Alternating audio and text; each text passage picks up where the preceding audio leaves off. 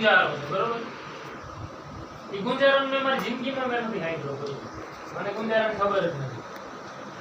અને ઈ જ પલે હું તાત્કાલિક તમે મારા ગુરુ છે બરોબર, મને તમે ઉપદેશ કરો. ઈ જ પલે મેં તમને કીધું ગુરુ મહારાજ આ ગુંજારો હું છે એમાં મને ખેંચાણ થાય છે.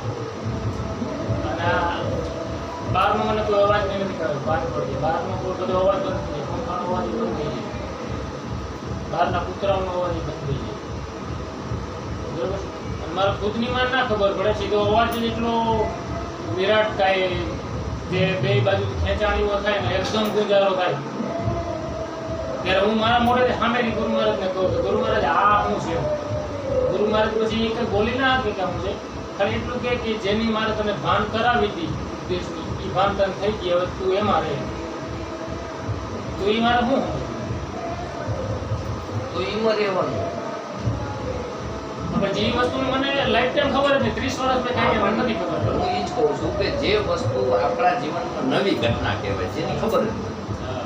જેટલી ખબર પડતી હતી એટલું તો સંશોધન આપણે કરી લીધું વાણી દ્વારા. એટલે ઉપદેશ વખતની વસ્તુ, ત્યારે ઉપદેશ જો નવો લીધો હોય બરોબર, હવે સત્સંગે સાંભળ્યું ના હોય કે ઉપદેશ આગળ જે આ કાનો છે, કાનાને ઉપદેશને શું ખબર નથી ને કઈ ખબર.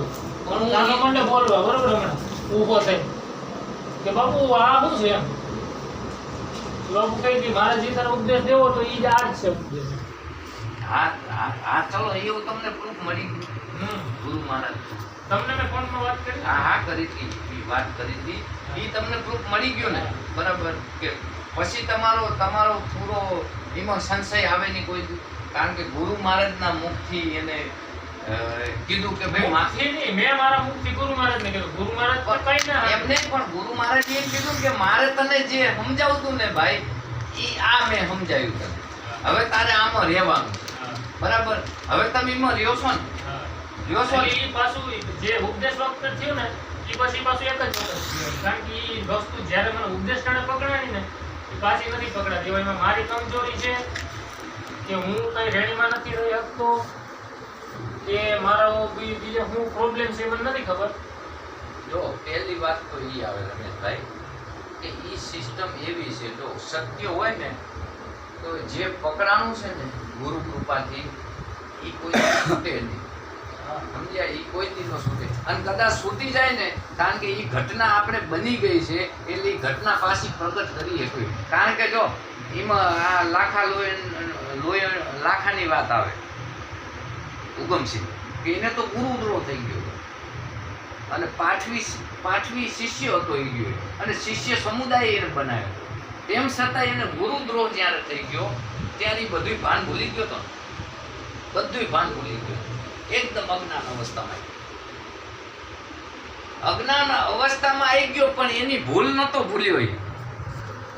એને જે ભૂલ થઈ એ ભૂલ્યો નહીં. તો તમને તમારી ભૂલની કાં ખબર પડવી જોઈએ, કાં તમારા ગુરુની કઈ ભૂલ હોય એની ખબર પડવી જોઈએ. તમે બેમાંથી હાથ અધર કરો તો એનું કોઈ સોલ્યુશન નથી. તમે બે પક્ષમાં તમારે રાઈટ રહેવું છે તો એનું કોઈ સોલ્યુશન ન મળે તમને. તમે ખુદ મથામણ કરો ને તો કદાચ તમને એમાંથી ખબર પડે તમારી જીવનકાળની અંદર. અને ગુરુ મર્યા પછી જે કંઈ તમારો સમયકાળ ગયો એ સમયમાં તમે જાઓ ને તો તમને એ નક્કી થાય. કોશિશ કરો તો પકડાઈ જાય.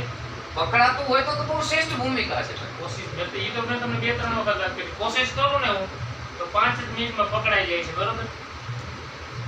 પણ પાછો બીજો પ્રભાવ એટલો એકદમ આવી છે ને કે એને ધીરે ધીરે ખેંચાણ થઈ વિલુપ્ત થઈ જાય. પણ એમાં એવું જો આમાં એવું ભગવાન જેને ખરેખર સાચો સાક્ષાત્કાર થયો ને બાપુ, જેને ખરેખર, કારણ કે એ ભૂમિકા જેવી છે બાપુ. અહીંયાથી કોઈ પાછો આબા માંગતું જ નથી. કારણ કે ઘણા જન્મથી કંટાળેલો આ જીવ છે આબા પીબા ધારણ કરીને.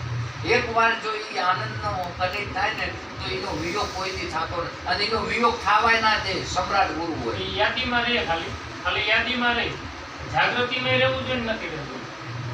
24 કલાક જાગૃતિમાં રહેવું જોઈએ. સંતોને રહેવું જોઈએ. સંતોને રહે છે એટલે એ એક ફોલ્ટ જ નથી પકડાતો. એમાં આપણી નબળાઈ છે